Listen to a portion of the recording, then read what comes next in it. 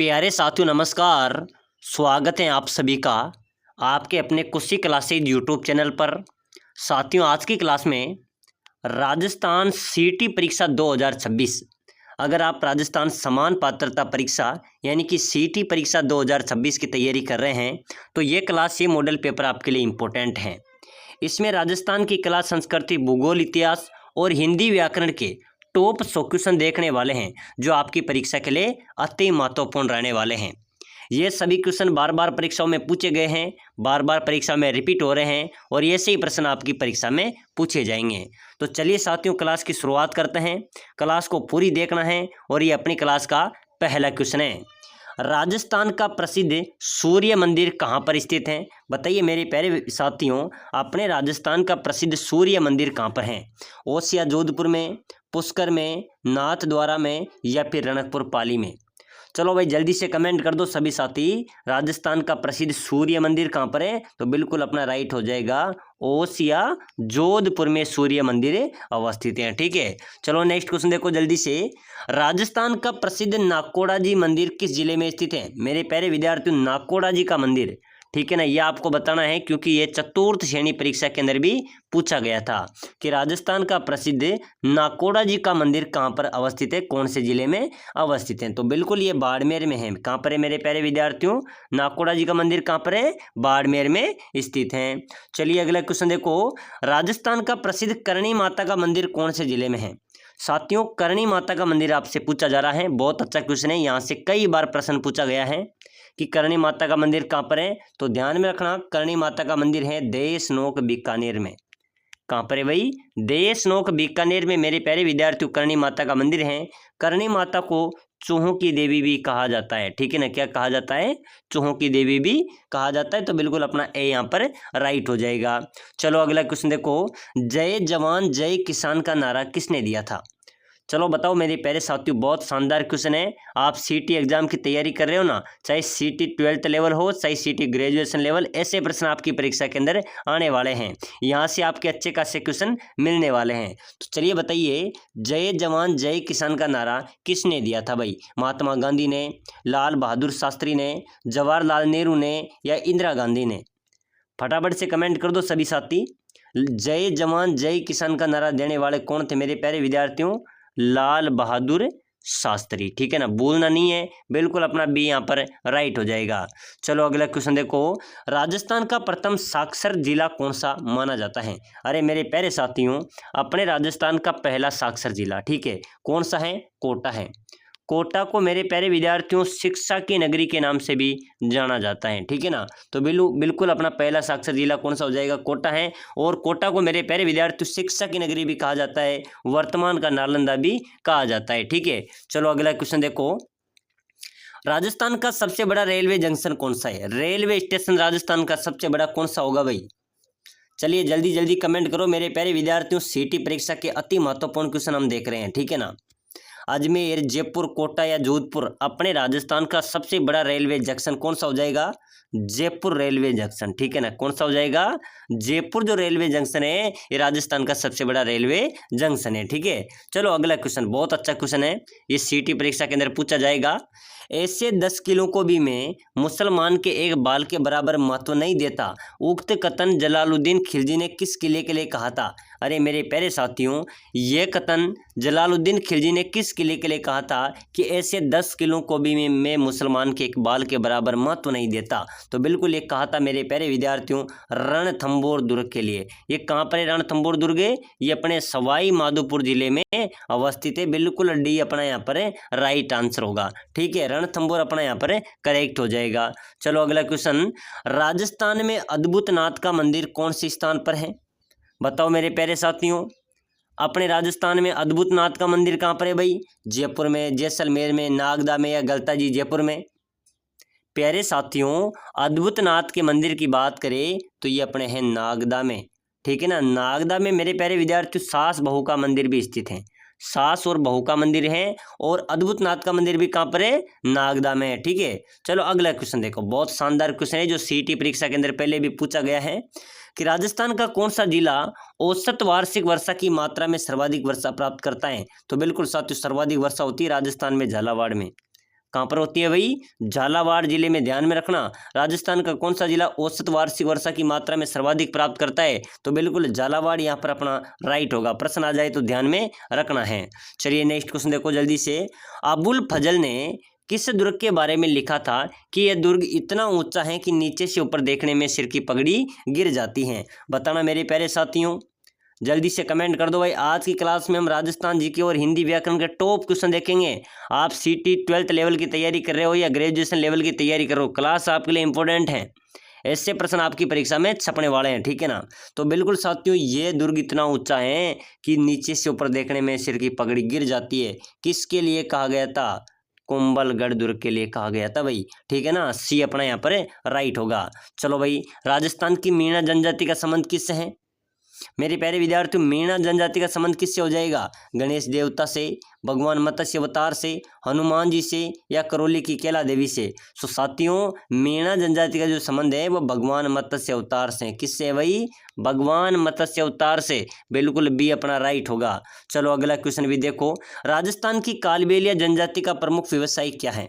साथियों, अपने राजस्थान में कालबेलिया जो जनजाति हैं, इनका प्रमुख व्यवसाय क्या है भाई? कृषि है, लकड़ी काटना है, सांपों को पकड़ना है या पशुपालन है? साथियों, कालबेलिया जनजाति की बात करें तो इनका जो प्रमुख कार्य है, ठीक है, वो है सांपों को पकड़ना। क्या है भाई? सांपों को पकड़ना कालबेलिया जनजाति का प्रमुख व्यवसाय है। बिल्कुल सी अपना यहाँ पर राइट होगा। प्यारे साथियों, अगर आप सीटी एग्जाम की तैयारी कर रहे हैं तो सभी साथी क्लास को लाइक कर लो भाई, ठीक है ना। लाइक कर लो, क्लास को शेयर कर दो, चैनल को जरूर सब्सक्राइब कर देना ताकि आने वाले हर क्लास आपको सबसे पहले मिले। तो बिल्कुल साथियों, लाइक शेयर सब्सक्राइबर में कोई कंजूसी नहीं करेगा, फटाफट से कर दो भाई। चलो अगला क्वेश्चन देखो। प्रसिद्ध बम नृत्य राज्य के किस क्षेत्र से हैं? अरे मेरे प्यारे साथियों, बम नृत्य कहाँ पर किया जाता है? बम नृत्य किया जाता है अलवर भरतपुर में। बिल्कुल यहाँ पर तो भरतपुर है, तो भरतपुर अपना राइट हो जाएगा, ठीक है। चलो अगला क्वेश्चन देखो। निम्न में से किसे मरु केसरी भी कहा जाता है? बताओ मेरे प्यारे साथियों, मरु केसरी किसे कहा जाता है भाई? मोनोत नैणसी को, बांकीदास को, दुर्गादास राठौड़ को या मोटा राजा उदय सिंह को? चलिए जल्दी से जल्दी कमेंट करो सभी साथी। मरु केसरी किसे कहा जाता है? अरे मेरे प्यारे विद्यार्थियों, किसे मरु केसरी कहेंगे भाई? दुर्गादास राठौड़ को मेरे प्यारे साथियों मरु केसरी कहा जाता है, ठीक है ना। सी अपना यहाँ पर राइट हो जाएगा। चलो अगला क्वेश्चन देखो। सिर साटे रूक रहे तो भी सस्ता जान, किन्होंने कहा था? अरे मेरे प्यारे विद्यार्थियों, किसने कहा था कि सिर साटे रूक रहे तो भी सस्ता जान? यानी कि मेरे प्यारे साथियों, सिर कट जाए और पेट बच जाए तो भी सस्ता होगा। ये किसने कहा था? ये कहा था मेरे प्यारे विद्यार्थियों जम्बो जी ने। किसने कहा था? जम्बो जी ने कहा था कि सिर साटे रूक रहे तो भी सस्ता जाने। किसने कहा था? जम्बो जी ने, ठीक है। चलो भाई अगला क्वेश्चन देखो। राव मालदेव की छतरी निम्नलिखित में से राजस्थान के कौन से शहर में है? बहुत अच्छा क्वेश्चन है साथियों, सीटी परीक्षा में छपने वाला क्वेश्चन है। राव मालदेव की छतरी कौन से शहर में स्थित है भाई? जोधपुर, कोटा, जालोर या जैसलमेर? चलिए जल्दी से कमेंट कर दो सभी साथी। और राव मालदेव की छतरी है मेरे प्यारे विद्यार्थियों अपने जोधपुर में। कहाँ पर है? जोधपुर अपना राइट होगा। प्यारे साथियों, अगर आप सीटी एग्जाम की तैयारी कर रहे हैं, अगर आप कम समय के अंदर अच्छी तैयारी आप करना चाहते हैं, सीटी को आप क्लियर करना चाहते हैं, तो हम आपके लिए स्पेशल कोर्स लेके आए हैं जिसके तहत आप कम समय के अंदर अच्छी तैयारी कर सकते हैं और सीटी को क्लियर भी कर सकते हैं।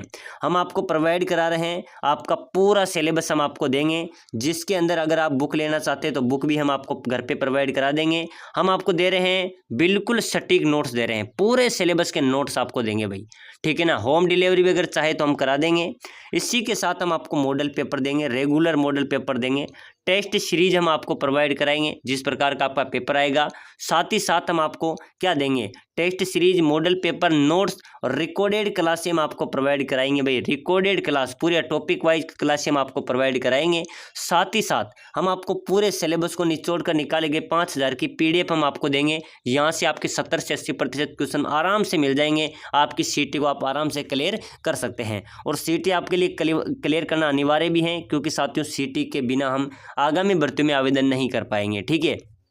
तो जितने भी साथी इस कोर्स को लेना चाहते हैं वो नीचे नंबर दे रखे, इस नंबरों पे व्हाट्सएप पर मैसेज करना है। ठीक है ना। नंबरों पे व्हाट्सएप पे मेरे मैसेज करें कि सर मैं सीटी की तैयारी कर रहा हूँ, मुझे एक कोर्स चाहिए, हम आपको एक कोर्स प्रोवाइड करा देंगे। इसकी प्राइस है मात्र 199। मात्र 199 के अंदर एक कोर्स लेकर आप अपनी तैयारी को मजबूत कर सकते हैं और सीटी को क्लियर कर सकते हैं। जो साथी व्हाट्सएप पे कोर्स नहीं लेना चाहता वो डिस्क्रिप्शन में जाइए, वहाँ पर एप्लीकेशन की लिंक है कुछ क्लासेज की, उसको डाउनलोड करके वहाँ से भी आप तैयारी कर सकते हैं। चलो आगे देखो मेरे प्यारे साथियों, बहुत अच्छा क्वेश्चन आ रहा है। केवलादेव राष्ट्रीय उद्यान कहाँ पर स्थित है? प्यारे साथियों बात करें केवलादेव राष्ट्रीय उद्यान की तो ये पानी के पक्षियों के लिए प्रसिद्ध है और ये अपने भरतपुर में है। कहाँ पर है भाई? केवलादेव राष्ट्रीय उद्यान कहाँ पर है? भरतपुर अपना राइट होगा। चलिए नेक्स्ट क्वेश्चन। अलाउद्दीन खिलजी ने किस दुर्ग को जीतकर उसका नाम खैराबाद रख दिया था? कौन सा दुर्ग था मेरे प्यारे विद्यार्थियों जो अलाउद्दीन खिलजी ने जीत कर उसका नाम क्या रख दिया था? खैराबाद रख दिया था। तो बिल्कुल साथियों वो हो जाएगा अपना सिवाना दुर्ग, ठीक है ना। सिवाना दुर्ग को मेरे प्यारे विद्यार्थियों अलाउद्दीन खिलजी ने जीत कर इसका नाम रख दिया था खैराबाद। क्या रख दिया था भाई? खैराबाद रख दिया था, ठीक है। चलो अगला क्वेश्चन देखो। निम्नलिखित में से वह जिला जहाँ 3 नदियों के संगम होता है। अरे साथियों 3 नदियों का संगम कौन सा जिले में होता है? वो होता है डूंगरपुर पे। फिर यहाँ पर कौन सा मेला लगता है? बेणेसर। बेणेसर धाम में 3 नदियों का संगम होता है, वहां पर बेणेसर धाम लगता है। आदिवासियों का जिसे कुंभ कहा जाता है। बिल्कुल डी अपना यहाँ पर राइट हो जाएगा, ठीक है। चलो अगला क्वेश्चन देखो। जोधपुर के राजाओं की छतरियां स्थित हैं। बताओ मेरे प्यारे विद्यार्थियों जोधपुर के राजाओं की छतरियां कहाँ पर है भाई? गेटोर में, लूणी में, ओसिया में या मंडोर में? जोधपुर के राजाओं की छतरियां हैं साथियों, ध्यान में रखना, मंडोर में। मंडोर में मेरे प्यारे विद्यार्थियों जोधपुर के राजाओं की छतरियां अवस्थित हैं। चलो भाई अगला क्वेश्चन देखो। फुलवाड़ी की नाल अभ्यारण्य कौन से जिले में स्थित है भाई? जल्दी से जल्दी सभी साथी कमेंट कर दो। फुलवाड़ी की नाल अभ्यारण्य कौन से जिले में स्थित हैं? डूंगरपुर में, उदयपुर में, चित्तौड़गढ़ में या फिर प्रतापगढ़ में? चलिए जल्दी से कमेंट कर दीजिए सभी साथी। फुलवाड़ी की नाल अभ्यारण्य कौन से जिले में स्थित हैं? तो बिल्कुल अपना तो साथियों फुलवाड़ी की नाल जो अभ्यारण्य है ना ये कहाँ पर है? अपने उदयपुर में अवस्थित है, ठीक है। चलो नेक्स्ट क्वेश्चन देखो जल्दी से। राजस्थान में ग्रीष्म उत्सव कहाँ पर मनाया जाता है? बिल्कुल मेरे प्यारे विद्यार्थियों स्टार वाला क्वेश्चन है, बहुत अच्छा क्वेश्चन है। ये क्वेश्चन कई बार परीक्षा में आया है और कई विद्यार्थी इसका गलत आंसर देते हैं, ठीक है। तो ध्यान में रखना, ग्रीष्म उत्सव की बात करें तो मेरे प्यारे विद्यार्थी माउंट आबू के अंदर मनाया जाता है। कहाँ पर मनाया जाता है? माउंट आबू में ग्रीष्म उत्सव मनाया जाता है। बिल्कुल डी अपना राइट होगा। एक बार सभी साथी कुछ क्लासेस चैनल को लाइक शेयर सब्सक्राइबर जरूर कर देना ताकि अगली क्लास भी आपको सबसे पहले मिले। आपका पूरा सिलेबस हम कवर कराएंगे और जितने भी मेरे प्यारे साथी जो सीटी को क्लियर करना चाहते हैं, कम समय के अंदर अच्छी तैयारी करना चाहते हैं, वो नीचे दिए गए नंबरों पे एक बार मैसेज जरूर कर लेना। ये कोर्स ले लेना जिसके अंदर हम आपको पूरे नोट्स दे रहे हैं, मॉडल पेपर दे रहे हैं, टेस्ट सीरीज दे रहे हैं, रिकॉर्डेड क्लासेस, लाइव क्लासेस, साथ ही साथ संपूर्ण बैच हम आपको प्रोवाइड करा रहे हैं। और साथियों सटीकता से सरल भाषा में बिल्कुल अति इंपॉर्टेंट क्वेश्चन भी हम आपको बताएंगे। 5000 क्वेश्चन की PDF हम आपको प्रोवाइड कराएंगे। बिल्कुल एक झटके के अंदर आप सीटी को क्लियर कर दोगे, ठीक है। तो बिल्कुल जितने भी साथी हैं क्लास को देखने के बाद इस नंबर पे व्हाट्सएप पे जरूर आए और साथियों या फिर डिस्क्रिप्शन में एप्लीकेशन की लिंक उस ऐप को डाउनलोड कर लीजिए। आप कोर्स कहीं से भी ले सकते हैं, ठीक है। तो बिना देरी किए मैसेज करो भाई। रामगढ़ विषधारी वन्यजीव अभ्यारण्य कौन से जिले में स्थित है?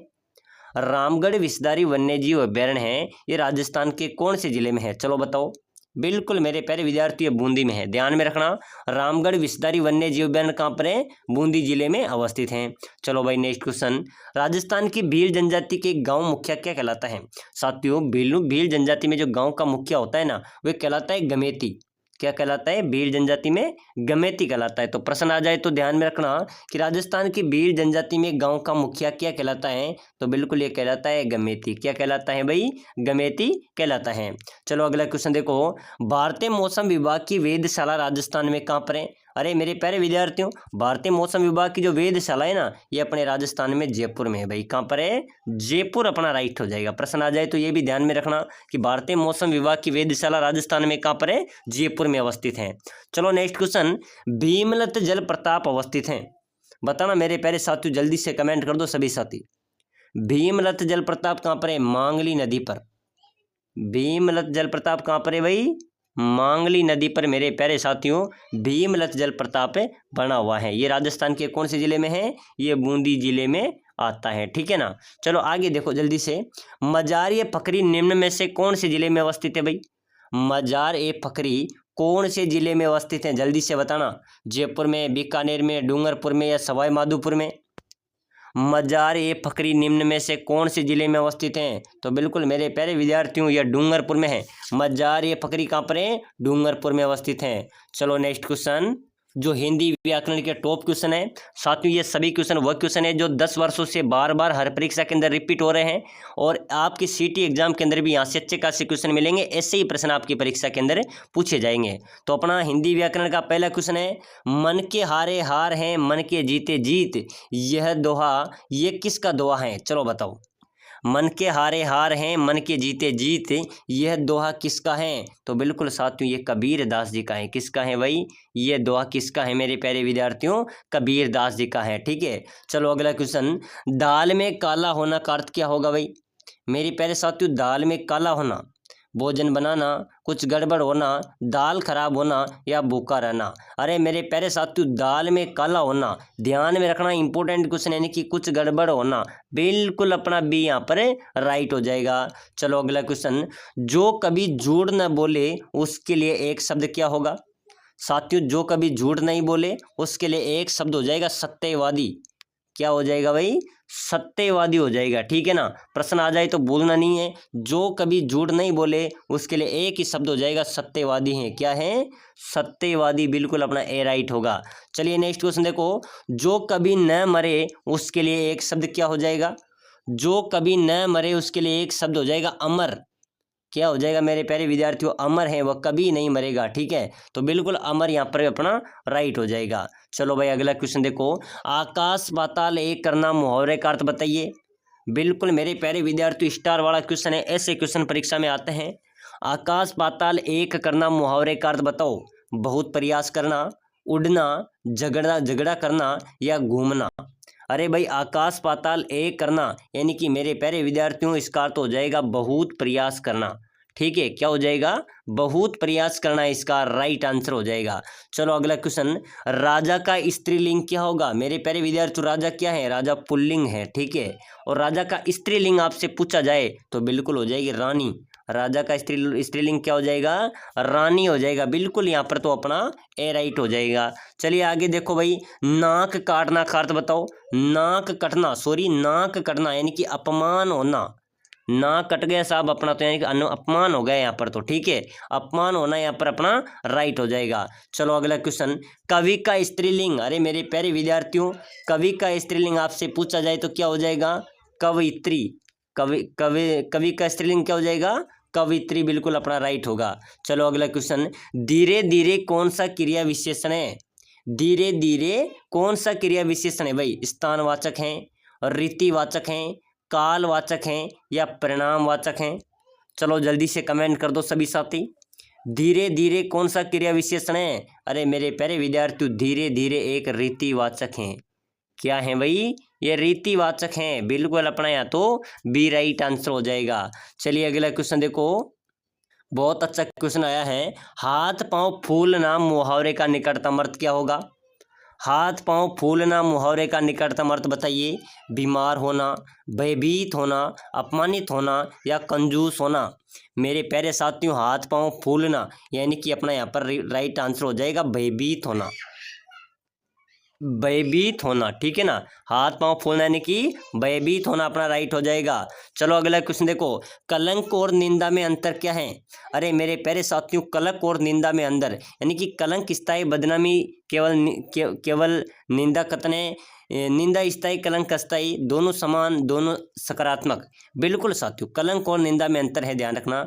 कलंक स्थायी बदनामी होता है, कलंक एक लग जाता है वो हमेशा रहता है, स्थायी रहता है, और निंदा केवल कथन होता है। ठीक है ना, केवल कथन है, निंदा किसी की बुराई करेंगे तो बुराई करके हम हट जाएंगे, लेकिन साथियों किसी के ऊपर कलंक लग रहा है तो वो हमेशा लगा रहता है। ठीक है ना, तो बिल्कुल कलंक और निंदा में यही अंतर है। चलो अगला क्वेश्चन, जो कमाएगा वही खाएगा, वाक्य में कौन सा सर्वनाम प्रयुक्त हुआ है? साथियों जो कमाएगा वही खाएगा यानी कि संबंधवाचक, बिल्कुल अपना यहाँ पर संबंधवाचक सर्वनाम प्रयुक्त हुआ है। बिल्कुल बी अपना राइट हो जाएगा। जो संबंध है जो कमाएगा वही खाएगा, बिल्कुल बी अपना राइट होगा। चलो भाई अगला क्वेश्चन, खल की दवा पीठ की पूजा लोकोक्ति का निम्नलिखित में निकटतम अर्थ क्या होगा? अरे साथियों, खल की दवा पीठ की पूजा, इसका अर्थ होगा दुष्ट व्यक्ति को पीटने से ही ठीक रहते हैं। ठीक है ना, इसका अर्थ क्या हो जाएगा, खल की दवा पीठ की पूजा, इनकी दुष्ट व्यक्ति पीटने से ही ठीक रहते हैं। चलो भाई अगला क्वेश्चन जो पहले सीटी परीक्षा के अंदर भी पूछा गया था, ढाक के 3 पात लोकोक्ति का अर्थ बताइए। बताओ मेरे प्यारे साथियों, जल्दी से कमेंट करो सभी साथी। ढाक के 3 पात, ये सीटी परीक्षा के अंदर पूछा गया है, देख लो आप 2022 के अंदर। ढाक के 3 पात यानी कि घूम फिरकर अपना ही लाभ सोचना, मूर्ख द्वारा सेकी बगाड़ना, काम न करने के बहाने खोजना, या फिर परिणाम कुछ भी नहीं निकलना, यानी कि ढाक के 3 पात, बिल्कुल ढाक के 3 पात ही रहते हैं। यानी कि ढाक के 3 पात लोकोक्ति करते हैं कि परिणाम कुछ भी नहीं निकलना, वो का वही है। ठीक है, बिल्कुल डी अपना यहाँ पर राइट हो जाएगा। चलो भाई अगला क्वेश्चन देखो, हाथी के पाँव में सबका पाँव लोकोक्ति का निकटतम अर्थ, हाथी का पाँव में सबका पाँव यानी कि बड़े लोगों के साथ छोटे लोगों की भी गुजर जाती है, बिल्कुल अपना यहाँ पर भी सी राइट हो जाएगा। चलिए अगला क्वेश्चन है, मुक्ति पाने का इच्छुक वाक्यांश के लिए सार्थक शब्द होगा। अरे मेरे प्यारे विद्यार्थियों, मुक्ति पाने का जो कोई इच्छुक है उसके लिए एक शब्द आपको बताना है, जिजीविषा, जिज्ञासा, मुमुक्षु या पिपासा। मेरे प्यारे विद्यार्थियों, मुक्ति पाने का अगर कोई इच्छुक है तो उसके लिए एक शब्द हो जाएगा, ध्यान में रखना, मुमुक्षु। क्या हो जाएगा, मुमुक्षु, बिल्कुल अपना यहाँ पर राइट हो जाएगा। चलो भाई अगला क्वेश्चन, गर्म दूध पीना लाभदायक होता है, इसमें कौन सा विशेषण है। गर्म दूध पीना लाभदायक होता है, इसमें कौन सा विशेषण हो जाएगा भाई, लाभदायक होता है। ठीक है, यानी कि गुणवाचक, बिल्कुल गुणवाचक विशेषण यहाँ पर अपना करेक्ट आंसर होगा।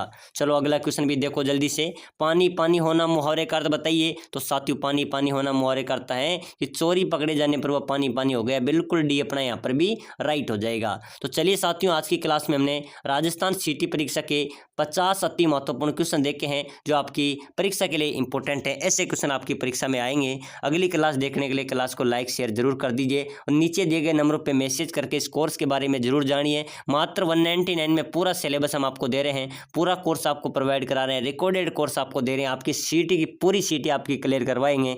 और जितने भी साथी हैं या तो मेरे व्हाट्सएप पे मैसेज करें या डिस्क्रिप्शन में जाकर एप्लीकेशन की लिंक है, उस एप्लीकेशन को डाउनलोड करें, वहाँ से पेड कोर्स में जाकर वहाँ से भी एक कोर्स आप ले सकते हैं।